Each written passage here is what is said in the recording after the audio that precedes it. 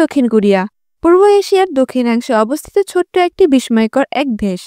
আয়তনে মাত্র 1,336 বর্গ কিলোমিটার, বাংলাদেশের থেকেও ছোট। তবুও প্রযুক্তি, সংস্কৃতি ও উদ্ভাবনের দিক থেকে পৃথিবীর অন্যতম প্রভাবশালী জাতি।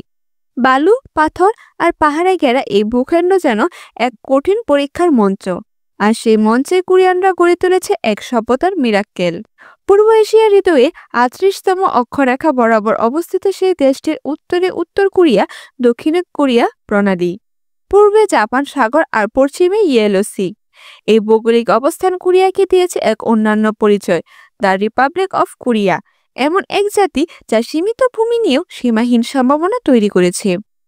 রাজধানী সিউল প্রযুক্তি, সংস্কৃতি ও উদ্ভাবনে এক জীবন্ত প্রতীক। একসময় যুদ্ধবিধ্বস্ত এই শহর আজ আধুনিকতার প্রতীক হয়ে উঠেছে, যেখানে ঐতিহ্য ও ভবিষ্যৎ একই সঙ্গে নিঃশ্বাস নেয়। দক্ষিণ কোরিয়ার প্রায় 70% ভূমি পাহাড় ও টিলায় অবস্থিত। উত্তর পূর্বে বিস্তৃত তাইবেক পর্বতমালা যেন দেশটির প্রাকৃতিক প্রাচীর, এক নীরব রক্ষা কবচ। দক্ষিণ পূর্বে বুসান দেশের দ্বিতীয় বৃহত্তম শহর ও প্রাণবন্ত সমুদ্র বন্দর। আর দক্ষিণে জেজু আইল্যান্ড, আগ্নেয়গিরি থেকে জন্ম নেওয়া এক স্বর্গীয় দ্বীপ, যেখানে অবস্থিত হাল্লাসান, কোরিয়ার সর্বোচ্চ পর্বত আর আজকের ন্যাচারাল হেরিটেজ। দেশটির প্রধান নদীগুলোর মধ্যে হান রিভার, নাকডং ও গিয়ম নদী সবচেয়ে গুরুত্বপূর্ণ। বিশেষ করে হান রিভার যা সেউল শহরকে দুই ভাগে বিভক্ত করেছে, কিন্তু একই সাথে পুরো জাতিকে এক স্রোতে বেঁধেছে। এই নদীর তীরে গড়ে উঠেছে এক আধুনিক দক্ষিণ কোরিয়ার প্রতীকী গল্প, the miracle on the Han river.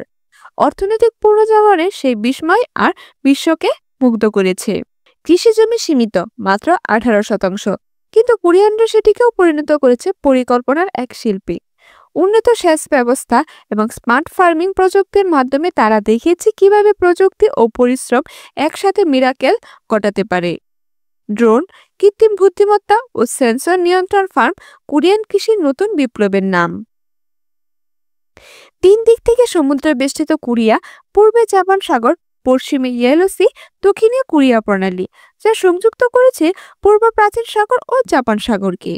এই ভৌগোলিক অবস্থান কোরিয়াকে দিয়েছে এক বিরল কৌশলগত সুবিধা। চীন, জাপান ও রাশিয়ার মাঝখানে অবস্থান করায় দেশটির মধ্যে গড়ে উঠেছে জিওপলিটিক্যাল ব্রিজ। অর্থনীতি, সামরিক কৌশল ও আন্তর্জাতিক বাণিজ্যের এক গুরুত্বপূর্ণ কেন্দ্র।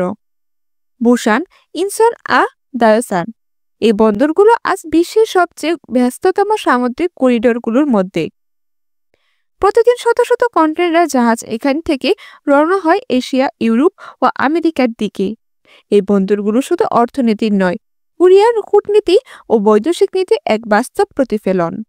এই বন্দরগুলো শুধু অর্থনীতির নয়, কোরিয়ার কূটনীতি ও বৈদেশিক নীতিরও এক বাস্তব প্রতিফলন।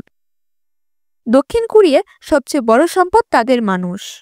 মোট জনসংখ্যা প্রায় 52 মিলিয়ন, যার 80% শহরাঞ্চলে বাস করে। জাতিগতভাবে প্রায় সবাই কোরিয়ান, এক ঐক্যবদ্ধ ও সাংস্কৃতিকভাবে ধীর জাতি। ধর্মীয়ভাবে দেশটি প্রধানত খ্রিস্টান ও বৌদ্ধ, তবে আধুনিক সমাজে ধর্মের চেয়ে বেশি প্রভাবশালী হচ্ছে তাদের সংস্কৃতি, শিক্ষা ও পরিশ্রমের দর্শন। কোরিয়া সমাজের মূল স্তম্ভ 3টি: শিক্ষা, শৃঙ্খলা ও পরিবার। তাদের একটি জনপ্রিয় প্রবাদ আছে, তুমি যদি থেমে যাও তবে অকেজো হয়ে পড়বে। এ চিন্তাধারায় দক্ষিণ কোরিয়া জাতিগত পুনর্জন্মের জ্বালানি। প্রতিটি পরিবার চায় তাদের সন্তান যেন সেরা হয়, আর সেই প্রতিযোগিতায় গড়ে তুলেছে এক অসাধারণ প্রজন্ম, যারা আজ প্রযুক্তি, ইঞ্জিনিয়ারিং ও ইনোভেশনের নেতৃত্ব দিচ্ছে বিশ্বকে। তাদের মধ্যে পরিশ্রম শুধু অভ্যাস নয়, এটি এক সংস্কৃতি, আর সেই সংস্কৃতি কোরিয়াকে বানিয়েছে আধুনিক যুগের সবচেয়ে শৃঙ্খলাপূর্ণ, উদ্ভাবনী ও উন্নত জাতির একটি। দক্ষিণ কোরিয়ার সমাজে শিক্ষা কেবল ভবিষ্যতের চাবিকাঠি নয়, এটি পরিবার, মর্যাদা ও জাতীয় পরিচয়ের প্রতীক। দেশটির সাক্ষরতার হার প্রায় 99%, বিশ্বের সর্বোচ্চগুলোর একটি।